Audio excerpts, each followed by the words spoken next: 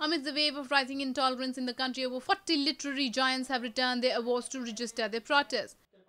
While the nation debates whether the act is justified or not, the Saffron clan has branded this sudden trend as a Puraskar Lautao Abhiyan. The issue has even seen the president intervene and raise the issue in various national and international fora at least thrice. So what has been the trigger and what is at play?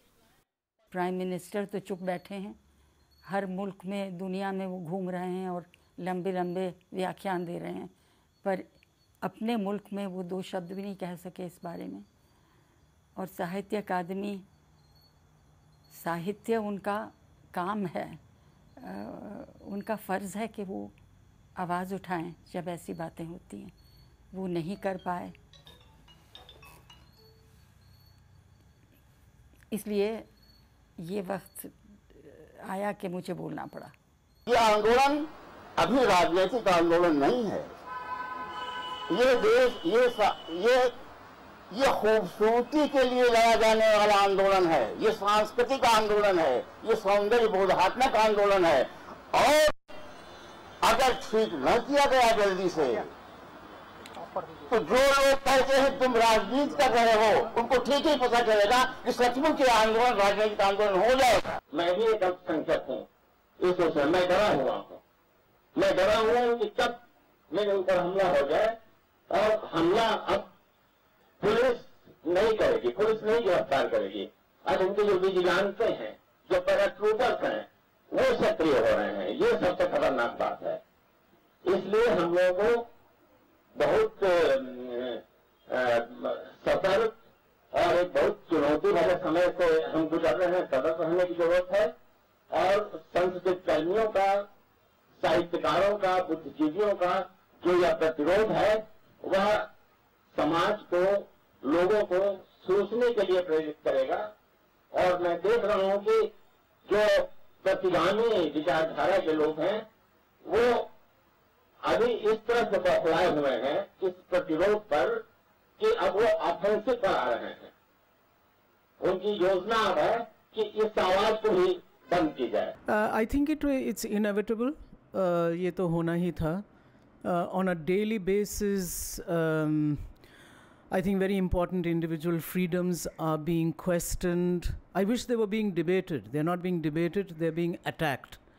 And the peculiarity and the reason I think why the Dadri lynching incident has taken so much public attention is in the way that a bunch of goons just go into somebody's private space and literally take the food out of his mouth and kill him. Everything has now come under attack over the last few days, whether it is about what you speak, what faith you follow, what you eat.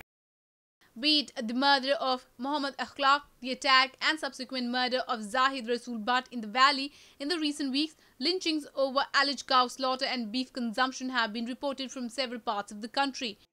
Ink and paint attacks have taken place on columnist Sudhindra Kulkarni and engineer Rashid from the valley. In just a year, three well-known rationalists M.M. Kalburgi, Govind Pansare and Narendra Dabolkar have been murdered.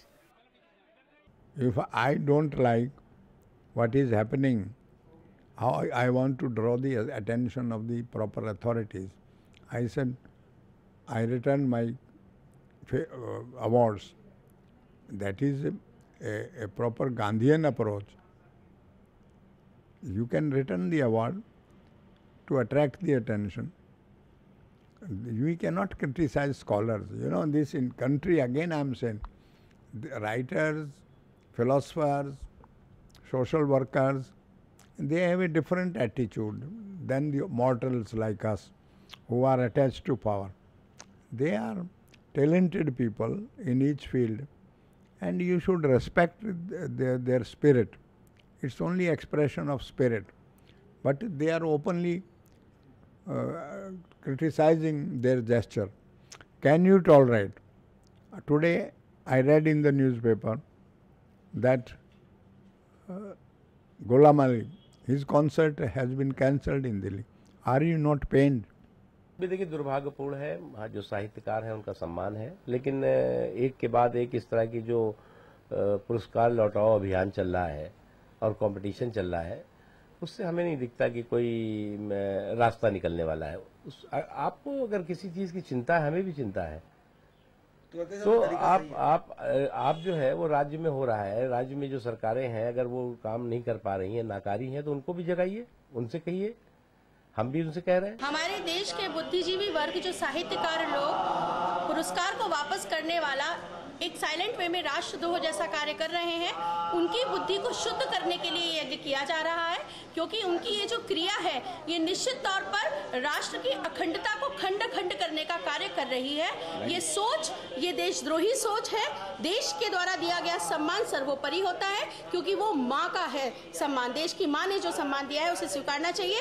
क्योंकि वो बुद्धिजीवी वर्ग है और उनको यही सोच करके पुरस्कार दिया गया है, तो हम उनको समझा नहीं सकते हैं, वो हमसे कहीं ज्यादा बुद्धिजीवी लोग हैं, तो हम तो ईश्वर से प्रार्थना कर सकते हैं कि उनकी बुद्धि को शुद्ध करें और ये जो उन्होंने क्रिया की है इसको वो वापस लें, क्योंकि ये देश का सम्मान है और विश्व में एक बहुत गलत मैसेज दे रहा है, देश की अखंडता को खंड करने वाला, और अखिल भारत हिंदू महासभा इसे बर्दाश्त नहीं करेगी। इसीलिए इस महायज्ञ का आयोजन किया गया है। Powered by NNIS.